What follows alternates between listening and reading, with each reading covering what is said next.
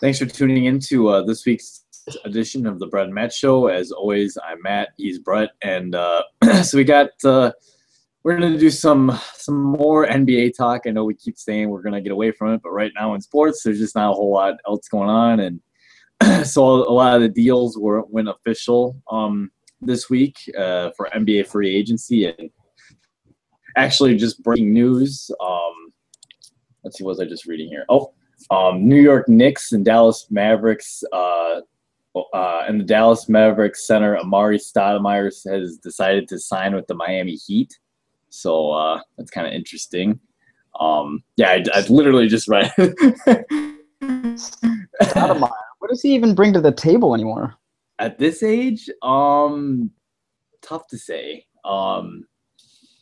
Anyways, though, I guess the big story at NBA free agency right now is the whole DeAndre Jordan saga. Brett, if you want to detail into that a little bit.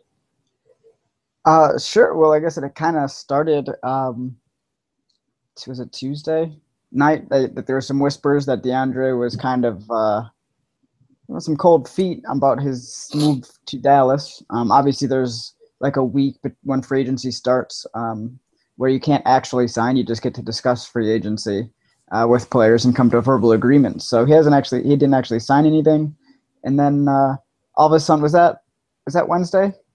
I think it was Wednesday when all the emojis on Twitter, everyone was spread throughout the country, and then all of a sudden different emojis describing how they're going to be getting to Houston to talk to DeAndre Jordan, which is really fun and hilarious, and probably amongst the best days, if not the best Twitter day ever for the NBA. It was like NBA Twitter day.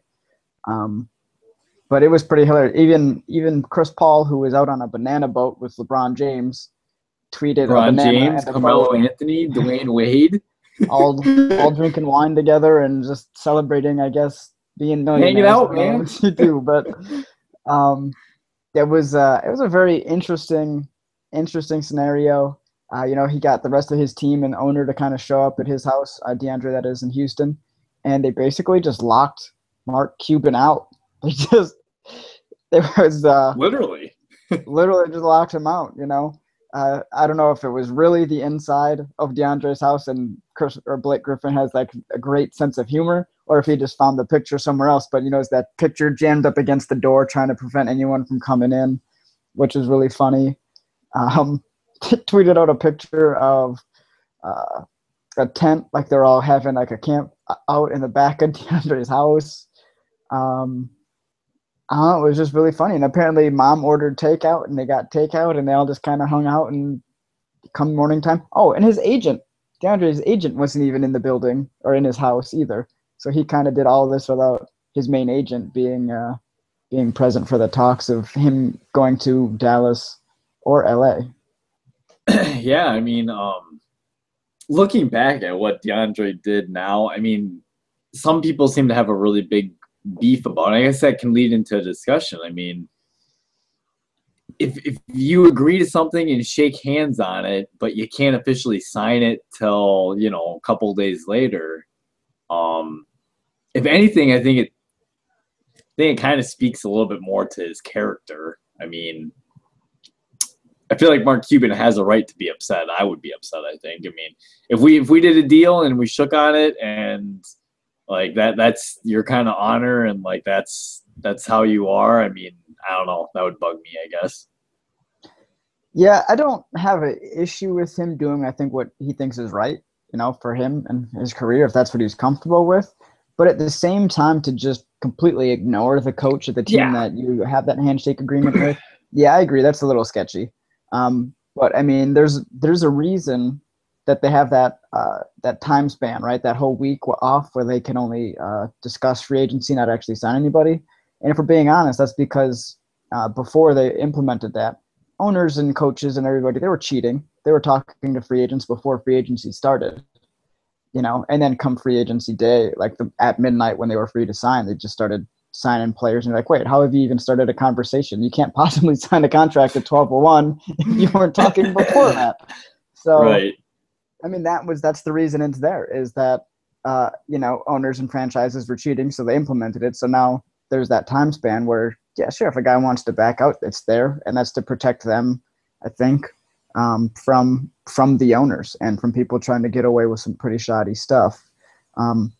Same time, I agree. Even if, like, don't come to an agreement, then, you know, like if you're gonna have, or I mean, at least do the decent thing. And like you said, like you gotta call up Cuban. Like if you had some sort of agreement in place and you decide like, hey, we didn't actually sign on it. I'm giving you a heads up. Like I think I'm gonna go back to the LA. Like I have no grief about that. I just think the way he handled it was poorly. Yeah, and if you're Dallas, you put all your kind of eggs in the one, DeAndre Jordan basket. You let Tyson Chandler walk again, who went to Phoenix, because you have this expectation that you're going to have, his replacement center. Now you don't really have anybody ready. Not true, Brett. They traded a second-round pick to the Milwaukee Bucks for Zaza Pachulia. Fact. All right, so you have one guy, I guess, that could play center on the team. I don't really know who else they have. But, I mean, yeah, it kind of sucks because that's what you're expecting. And then when free agency starts and you're gone, they don't have a backup plan. I mean, I guess that's on them for that being part of their strategy. But at the same time, had you just never come to an agreement or anything like that, then they would have at least had some sort of contingency plan ready. Chandler Parsons, I don't know. Did you read that article that Chandler Parsons did that interview? I saw he was not. He had some very strong words for DeAndre. I did see that. Basically said he wasn't ready to be a star and focus of the team. He's okay being like a third fiddle, which even in Dallas. I don't know. Those are just harsh comments coming from a guy like Chandler Parsons. Like I said off camera that when LA plays Dallas, it's gonna be real interesting. I might have to tune in for that game, but yeah, Chandler Parsons might want to watch out next time he drives to the lane. I almost want him to just explode really hard and actually dunk right on DeAndre. Like, how funny would that be? And then he can just give him a little smirk. I don't think that's gonna happen, Brett. What if it happened? What if it did? I don't see it happening. I think it'll be hilarious, but whether or not that's true is mostly irrelevant. It did make my prediction of saying that DeAndre Jordan wasn't going anywhere correct, though I was incorrect for about a week. It didn't go down, obviously, the way I thought it would. Now, some of that, by the way, is pretty funny. Like, did you see those stories also about, obviously, Chris Broussard being an idiot and tweeting some stupid shit?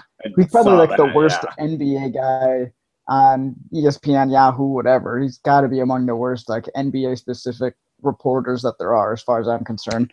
But, come on, Brett. What? What he is. Why don't you like Chris Broussard? Come on. Kind of dumb.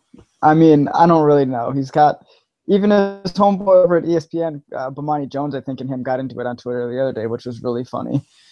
Because getting into an argument with Bomani Jones is usually really stupid because he's way smarter than you are, in all likelihood.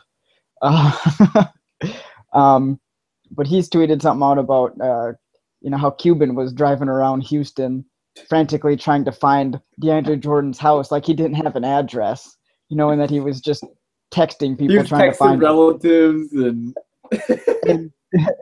Mark Cuban tweets back at him that it was the stupidest thing he's ever seen. Yeah, there was like $100,000 bet or something on that. Was there?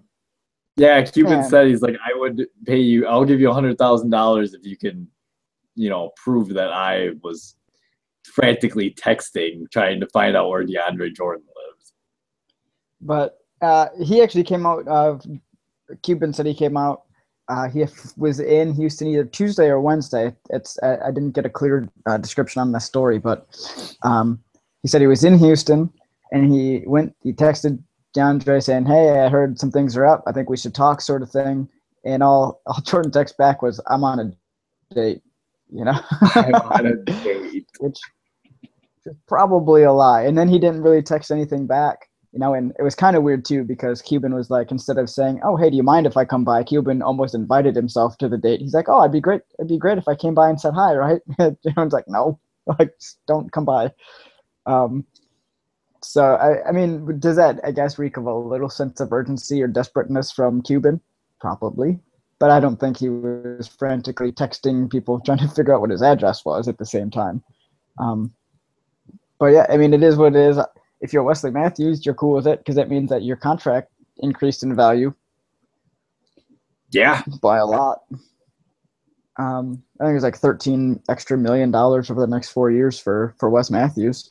And we were kind of pondering, too, what his value would be. And obviously the Mavs believe that he's going to be just as good as he was before. Which, coming off it's an Achilles injury. Yeah, that's a pretty brutal injury. It is. And most of the time people don't really come back from that. Definitely not as good. And they re-injure that occasionally. Yep. So I'm kind of surprised that they threw that amount of money at him. I don't know who was trying to outbid them. But they also have there's a salary cap floor, so if you're not spending enough money, you also get in trouble. So they have to raise the salaries for some people. Why isn't it Dirk who gave up money? Just give Dirk his money back. But looks like actually that once, Darren Williams clears waivers, he'll probably end up being a Maverick, and then they'll be able to use some of their extra salary on him, right? It's true. Yep. It sounds like he's likely to sign a 2-year contract that's worth around $10 million once he clears waivers. So, Darren Williams and Devin Harris, the point guards, had a great rivalry in college too. I think they're actually drafted the same year. They were. Darren Williams made a lot of money to be a very average point guard. He was really good for like a year or two somewhere.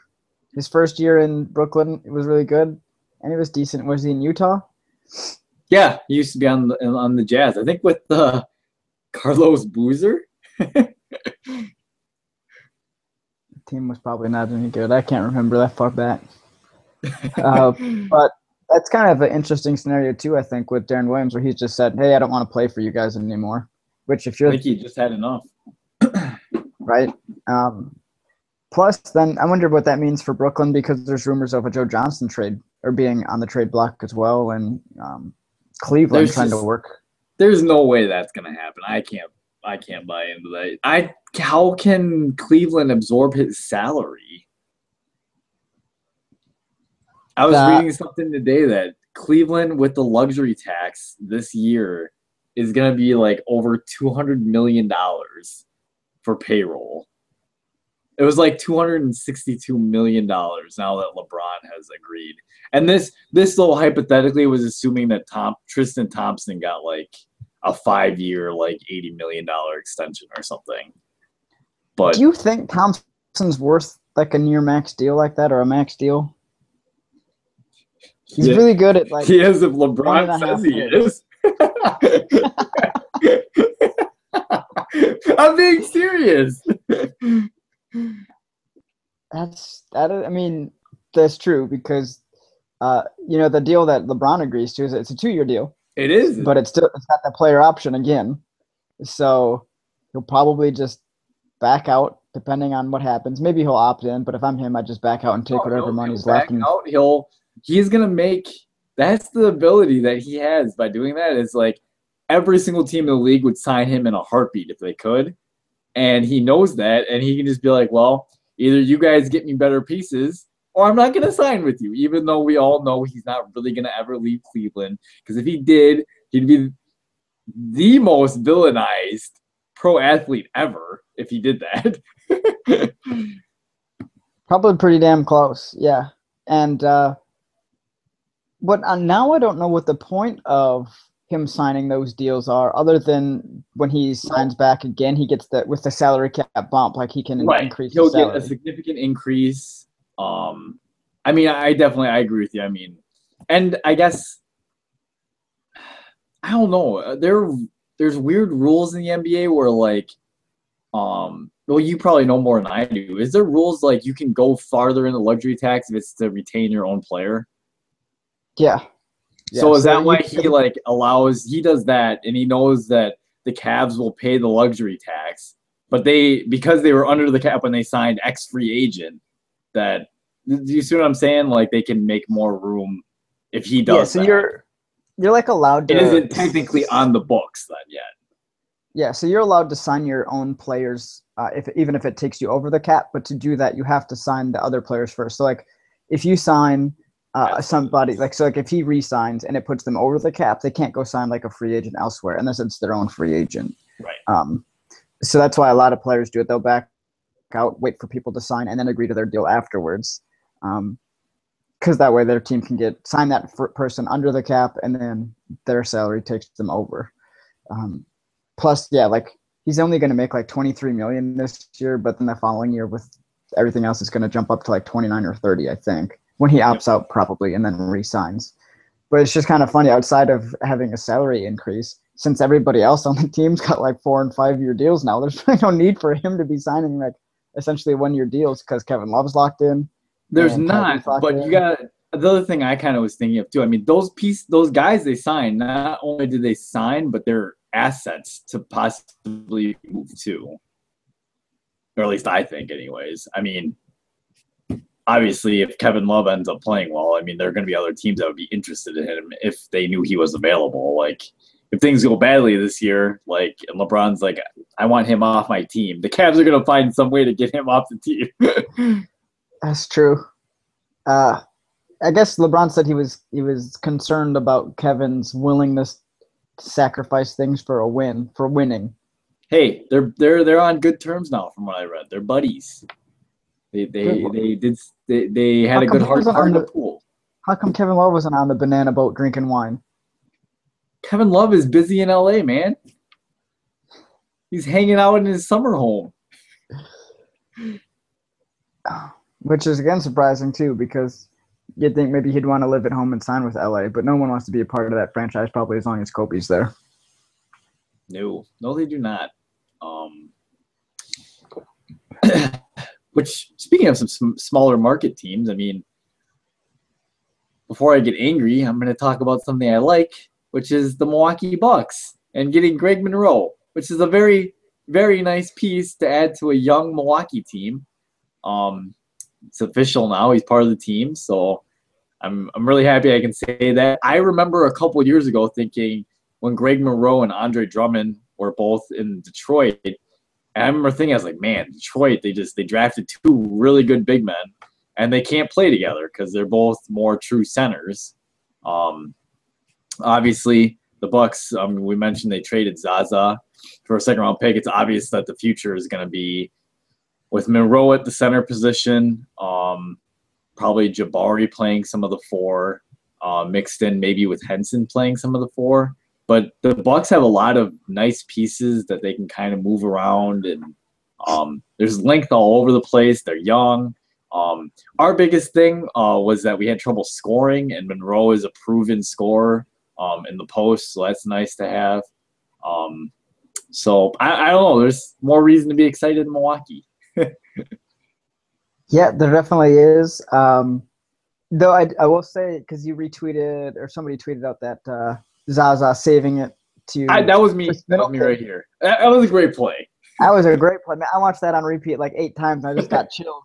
Like I had my hair on my arms for standing up. That was a great play. So obviously we appreciate what he did there because he was brought in. We did. Was he brought in from the old staff, right?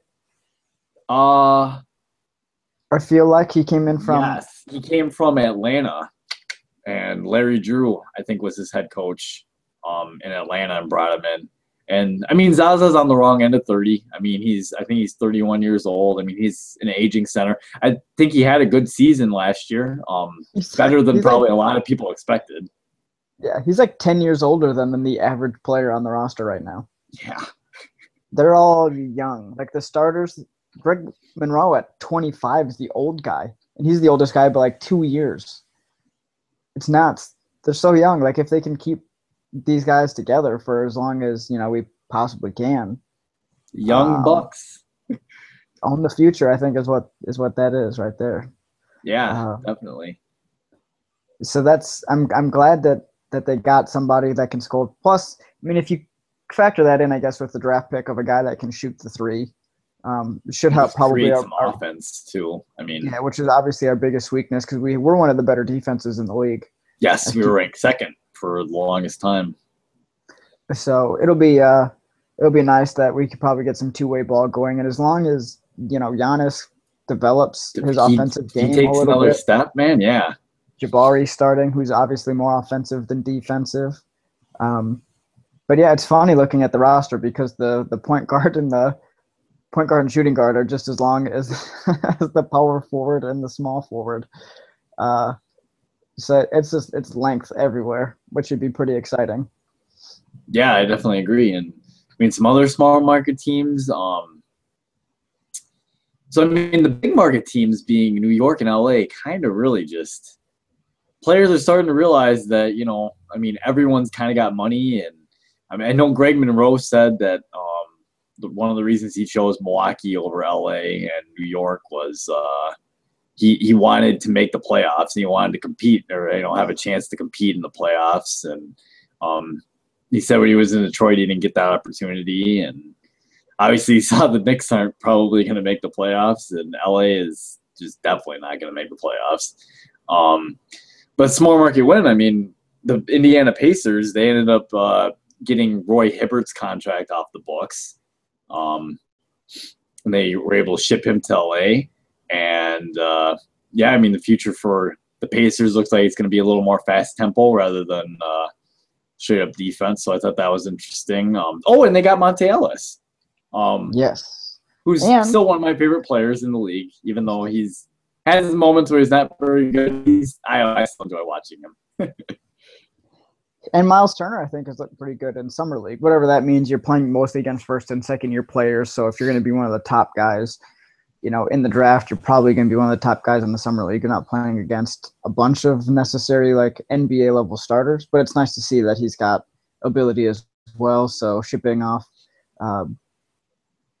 Roy Hibbert it was a second round pick. It was basically please just take him off our books and give us whatever you want in return and we'll accept it. Which, yeah, a future second round pick is probably about as low as the value as you're going to receive from a team. So kind of sucks because my friend's Roy in the Corner Twitter page is now, basically a useless Twitter page unless he follows what's going on in LA. We need to get a new jersey for him over there. Maybe you can get Cortland to do it. Cortland's an LA Laker guy. He gets to see Lakers guy. He gets to see Cortland. If you're listening, you get to see Roy Hibbert go from your hometown Indiana team to your LA team. That's great. I don't know if he would agree if it's great necessarily. We'll see. I think he was hoping that we could that they would swing a trade again afterwards and try to pick up some extra pieces. He just really wants Kobe gone. He just can't wait for Kobe to be off the books and out of here. So hopefully this is Kobe's last year, as far as Cortland's concerned, because he's taking up way too much cap space. Providing nothing, and players don't seem to want to really play for him at this point in his career. Though I feel like Kobe, he says I actually kind of like him now more than I did 5-10 years ago, just based on the way he plays things and the things he says. When that guy tweeted about him being a rapist, now he's a teammate, and Kobe seemed pretty cool with it. Actually, he was like, hey, we all say and do some stupid stuff. Now maybe he's also referencing himself for the stupid things he's done, including which was mentioned in that tweet. But I don't know. He just seems kind of more easygoing, but still a killer at the same time. So I kind of like old Kobe as a person more than I like younger Kobe. Just as a player, not contributing anything.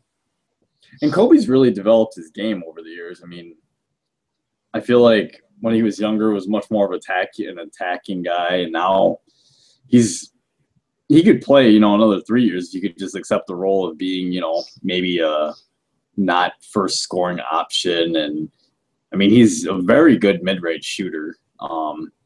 He's really definitely developed that. But the other small market team that I gotta mention is the San Antonio Spurs, who really probably stole free agency and won the whole thing. So they get LaMarcus Aldridge. Then they also go and they re-sign Danny Green. And then they give Kawhi Leonard an extension, doing this all while their superstar, probably arguably the best power forward to ever play the game, decides he's going to take a contract worth $5 million. Oh, and they decided to bring back Manu Ginobili too. And David West. Oh my! David West turned down, what was it, like $7.5 million or something? What was it? Oh, it was more. It was going to be like 13 or 14 million. Oh my! To sign the maybe it was 12. minimum. It was 12.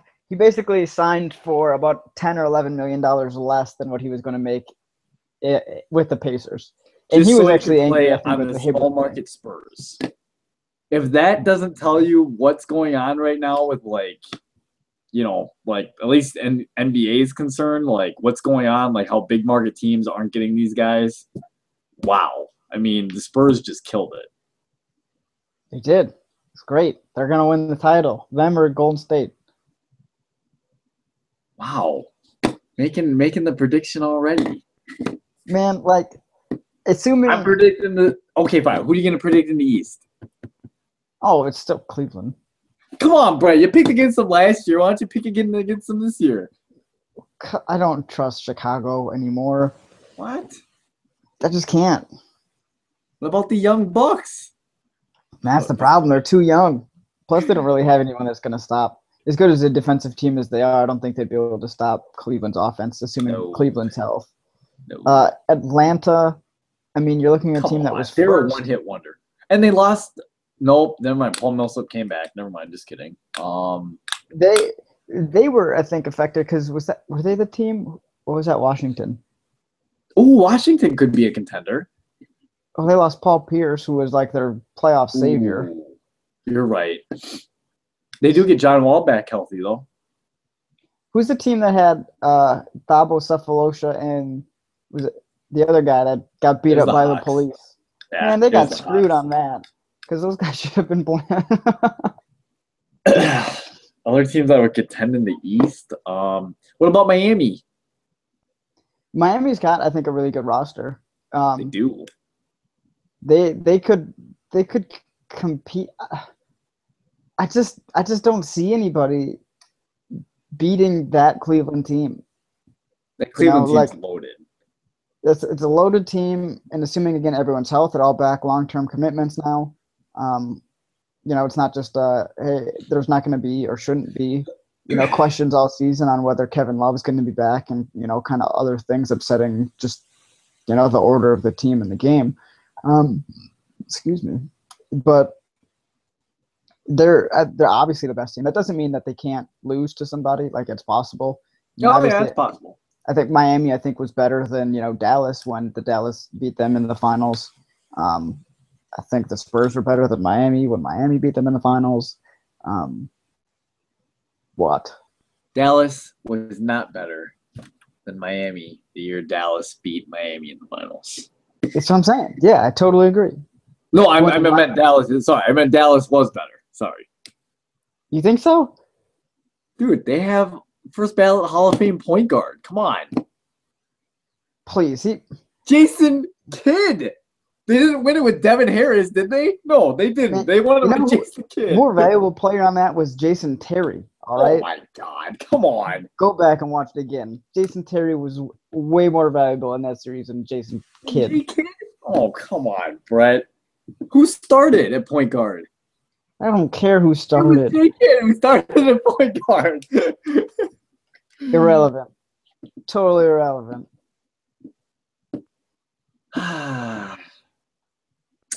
Well, anyway, so with the Spurs, I guess. So it's got to be the Spurs or White. I think the Clippers are going to be good too next year still. Well, and they got your cold-blooded killer there in Paul Pierce, right? So the truth, man. The truth. He gets coached by your old favorite coach. Doc, good coach. Still a pretty shitty GM, despite getting Paul Pierce and DeAndre Jordan to recommit. Did he sign his own kid to a long-term deal? That's a good question. I don't know. I'm going to be set for a long time here. Give me some of this money. I feel like they did. Actually, I don't think it was a long-term deal. I think it was a shorter deal. He said he got longer-term offers from other teams, though. But it was probably for less money. I don't really know who was offering, Rivers that kind of money to be a player. Even though he had like one good week in the NBA playoffs. It's true. So honestly, I mean, going back to the Spurs thing, never really liked the Spurs. Never really liked Tim Duncan all that much. Not even like early years Tim Duncan where they were winning and it was like a feel-good, small market, young guy kind of thing? No, never. I respect Tim Duncan. I do not like Tim Duncan that much. I am so sick of the Spurs always being good. They're like the Patriots, but instead they're in the NBA. And they do things the right way. When's the last time you caught the Spurs cheating? Well, they managed to turn off an entire AC unit somehow in a, multi-million-dollar building. Oh, come on. That was irrelevant. Oh, my, every point I bring up's irrelevant. What the hell? Because they all had to play in it. It's not their fault LeBron James is dehydrated because he was out drinking the night before and had no water in his system, all right? He was not out drinking. Might have been. Also, I like the Spurs too because they're like progressive. They got a women's basketball coach. They got an assistant that's a woman. She's head coach of the women or of the team in the summer league. That's good shit. Like I don't feel like the Patriots. I don't know. I think they just started. What do you mean? I don't know. I think you're paying attention to her. Oh, I think they're in the. Are they in the? Is it the Vegas one or whatever? Like they haven't even played a game yet. They play tonight. They might be playing now for all I know, but I don't think they've started games yet. I don't know, man. I just like the Spurs. They're progressive. Definitely. I like them. I like the way they play the game. That ball movement, team thing. Everybody's buying in. None of this all-star me bullshit. It's how the game should be played. It was like the Badgers of the NBA. Only they got to finish. Only they finished the titles that they get to. Well, with the exception of one.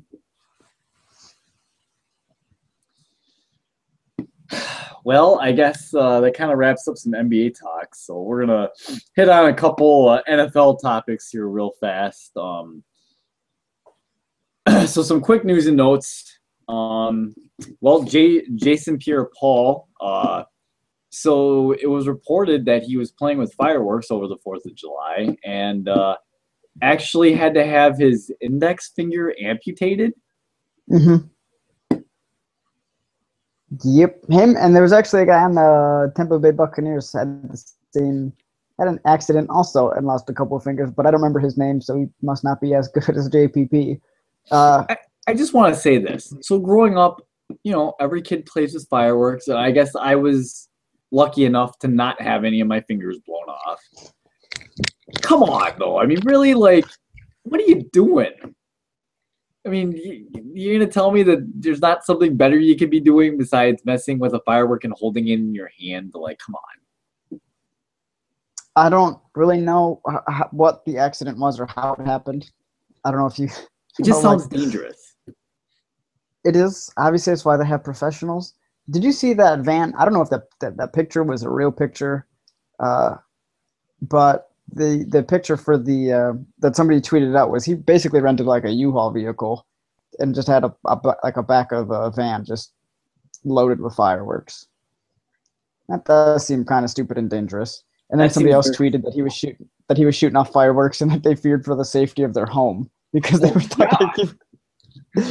So he must have had a ton. And now it's going to cost it because he didn't sign his franchise tender yet. So nope.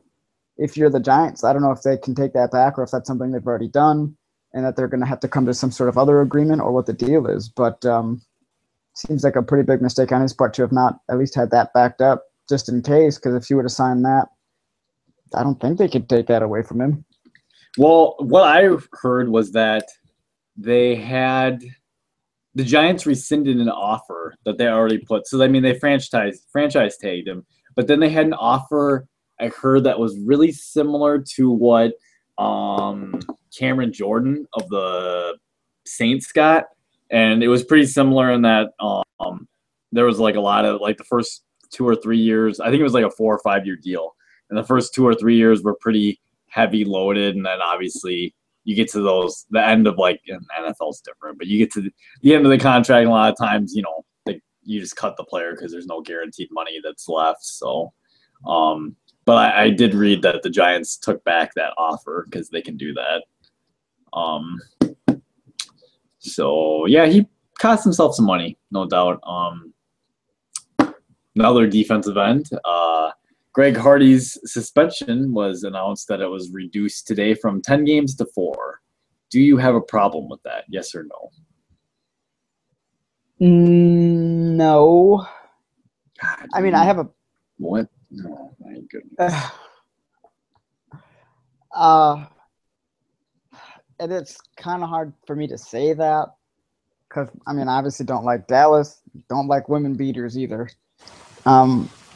But the same thing with Rice. Like, I don't feel like Ray Rice should be suspended forever. He's obviously not, but teams are just avoiding him, which might be because of the position, right? So, like, nobody wants to re-sign Ray Rice. I think your child, too. So everybody knows Greg Hardy's a scumbag, but, like, he didn't get the same sort of treatment that Ray Rice did. But I don't know. I mean, I feel kind of weird that it was adjusted. Was there a reason behind them reducing it from 10 to 4? Not from what I saw, just that, he appealed it. I don't want to say this because I don't know it for a fact, so I'm not going to hold myself to being on record for this, but it might be. Did he have any prior offenses that you can think of? I don't think he did. I don't think he did either. So the only thing I can think of is that the NFL said that, hey, this is your first domestic situation, and the new policy is 4 games for domestic, isn't it?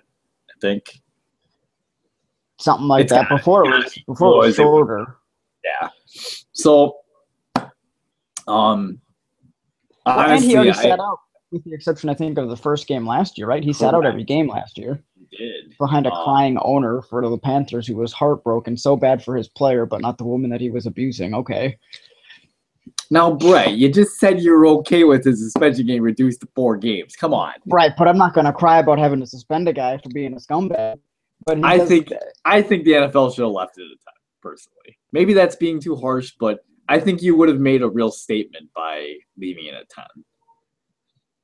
I mean, factoring in him sitting out all of last year, though, I mean, it's still a 19-game suspension, essentially. That's a pretty long suspension.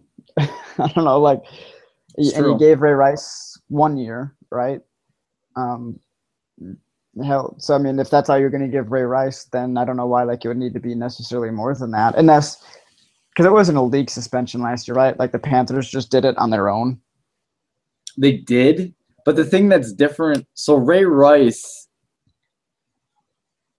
Well, we have video of Ray Rice, whereas we don't have video. We only have audio for Greg Hardy. That's true. Greg Hardy actually got sentenced, though. And granted, I don't know how the court system there works, so I'm not even going to try to get into that. I just know he was found guilty on what he did. And then it went to retrial because apparently in Carolina you can do that. And the witness or whoever it was that he abused didn't show up. So then it just disappears, I guess, because she didn't show up. AKA, he paid her money. Probably. Well, see, and it's not like obviously we all know Ray Rice is guilty. We've seen the video. Yeah, everyone's seen that video. She just didn't press charges herself. Like that was her thing, and I guess she didn't want to do that and ruin hers, and their marriage and everything else. But you can't say oh, well, Greg Hardy got a conviction or whatever, or at least was taken to court for it, because come on, if she wanted to press charges with Ray Rice, we have pretty damning evidence that he would have been guilty of it. So I don't know. I don't think that necessarily, if you're going to give, Ray 1 year, which I think is fair, that sends a pretty strong message. You're leaving, you abuse somebody, you're going to have millions of dollars left on the table. And especially in Ray Rice's situation, actually, like I said, he was a free agent or they released him. I'm surprised Greg Hardy probably got signed. Not necessarily surprised, though, that if a team was going to do it, it was Dallas. Yeah, that's true. I mean, Dallas is in win now mode for sure. The last quick topic we have to discuss today is so NFL, the players, NFL Network, the players come up with a list of the top 100 players, and that list has been fully complete, and the number 1 player voted on by other players for being number 1 in the league this year was J.J. Watt, with Aaron Rodgers finishing number 2. So the question is, do you have an issue with J.J. Watt being voted on by his peers as the number 1 player of the league? None. No problems whatsoever. I agree, actually, 100%.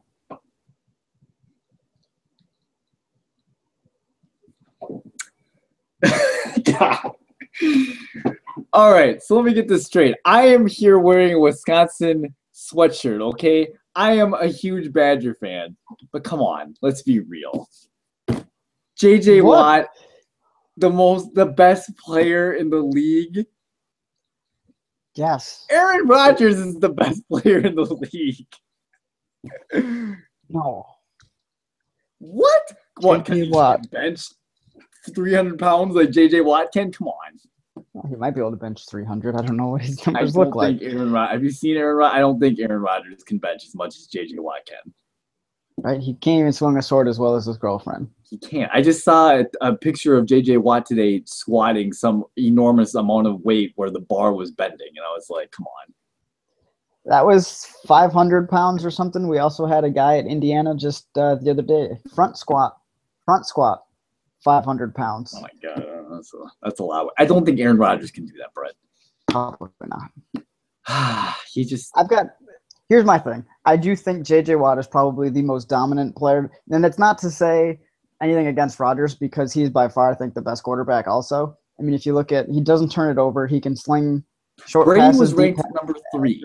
Rodgers beat him statistically in every category minus, obviously Brady won the Super Bowl. But as far as just passing stats are concerned, Rodgers bested him in every category. Oh, right, yeah. And more yards per game, better touchdown interception ratio, better completion percentage. And the guys on NFL Network were like, 2 of them, Maurice Jones-Drew and Nate Burleson, both put Brady in front of Rodgers, and I thought that was stupid. They're like, well, and I think it's because he won the title. Yeah, well, so did 50 other 2 players on the team win the title. I didn't see you rank them 1 through 53 on your top 100. So that's kind of a stupid thing to, winning you're basically counting on like a small playoff run, which we've obviously talked about, and having them having been called cheaters. I mean, whether or not you factor that into your rating whatsoever, if you're those guys, but I thought that was kind of ridiculous for them. I think Rodgers is easily the best quarterback, and I think J.J. Watt's easily the best defensive player in the league. I agree with both of those statements you just said. I'm not supposed to agree with you, but I agree with both of those statements. The thing that I think you wanted to argue more or less was value, which is fine because obviously MVP, it was Aaron Rodgers. And I'm not upset about that because there's way more value in the quarterback position. J.J. Watt, even when they had him on NFL Network, he straight up said it. He's like, yo, the quarterback position's way more valuable. He's like, that'll always be an MVP spot. And he's like, but at the same time, he's like, that doesn't mean you're the best overall player, everything. JJ does affect the game. I mean, he scored like 3 offensive touchdowns. He scored defensive touchdowns. I'll give you that. He's affecting. I mean, the only thing that he can't do is obviously touch the ball every play, which a quarterback does offensively. Yes. So they get to make the plays. They affect the coverages. Who's blocking who, with the line assignments and everything else. So there's just so much responsibility and on them. And so the quarterback will always be more valuable, but I still think Watt probably is the best player, most dominant player, and might go down as, if he can keep this up for his career. Here we go. The best defensive player to have ever played the game. Oh my gosh. Okay, come on. Timeout. Jumping the gun a little bit there, bro. How many seasons has he been pro? 3? 4? 4? Come on. Best defensive player ever. I said he's on the way. I didn't say he was now. If he retires today, he's obviously not. He's still the only player. Yeah, maybe the best defensive player ever in Texans history. Well, that's a given already. He could probably retire now, and that would already be his spot.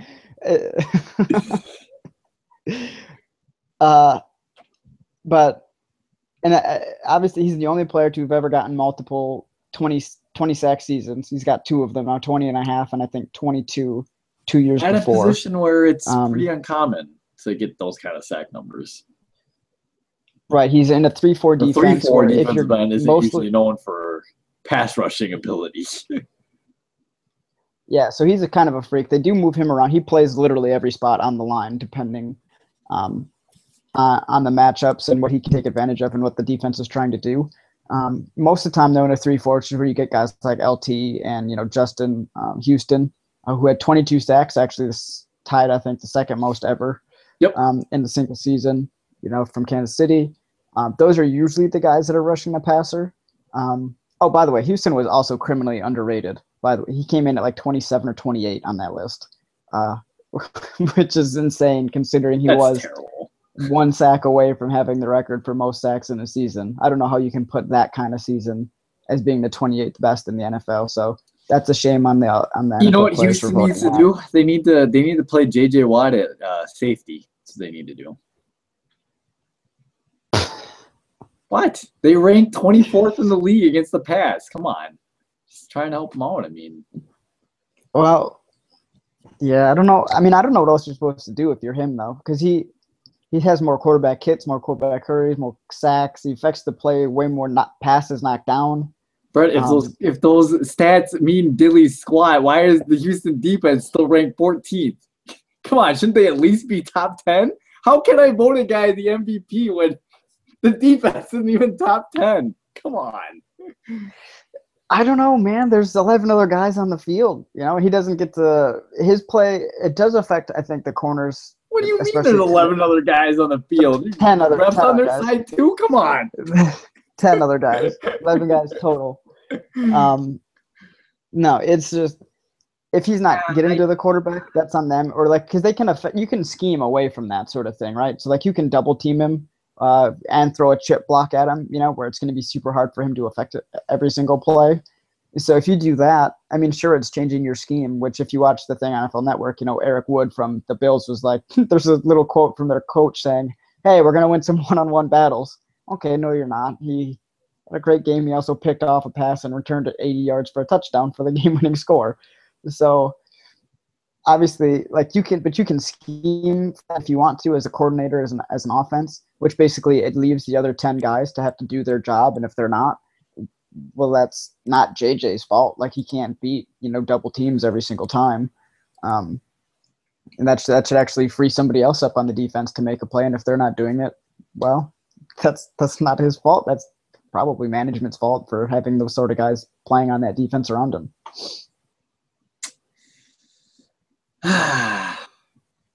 Well, I guess we'll just have to disagree on that because I don't know. I just think that Aaron Rodgers is the best player in the league, and I'm not arguing. I don't think that J.J. Watt isn't the best defensive player, but I just think. Would you have Watt number 2? Yeah. Or would probably. you have guys like any other quarterbacks up there that you would put in front of Watt? I understand Brady being ranked so high. As far as defensive players go, though, I would have a hard time putting anyone. I mean, there's really no one else I can think of defensive-wise. I mean, an individual player. I mean, I guess you could make an argument for Sherman in that teams just don't like throwing to his side of the field. But oh, well, there you go, Brett. How come, the Seattle defense is ranked so good and Sherman takes away half the field? If J.J. Watt's such a good player, I mean, the Texans defense should be great.